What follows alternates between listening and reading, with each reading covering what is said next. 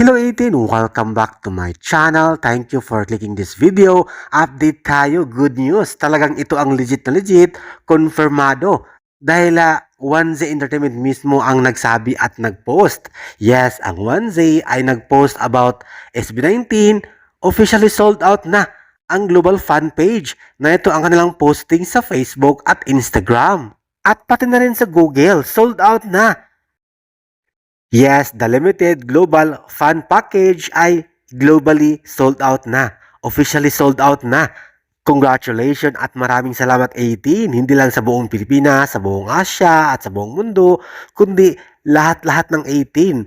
Casual fans, foreign fans at netizens at silent fans at syempre ang mga certified upcoming 18. Walang sawang sumusuporta para maging sold out. Ang limited global fan package ng SB19 homecoming concert sa SMDC.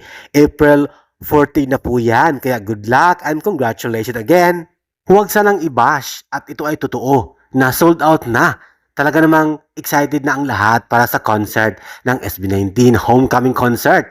Sa Pilipinas, of course. Again, ito ay legit dahil officially pinost at in-update ng 1Z Entertainment sa kanilang social media account.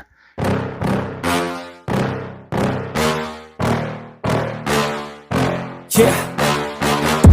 Please tell me that I can't, that I won't, that I fail, that I'll never make it out, yeah.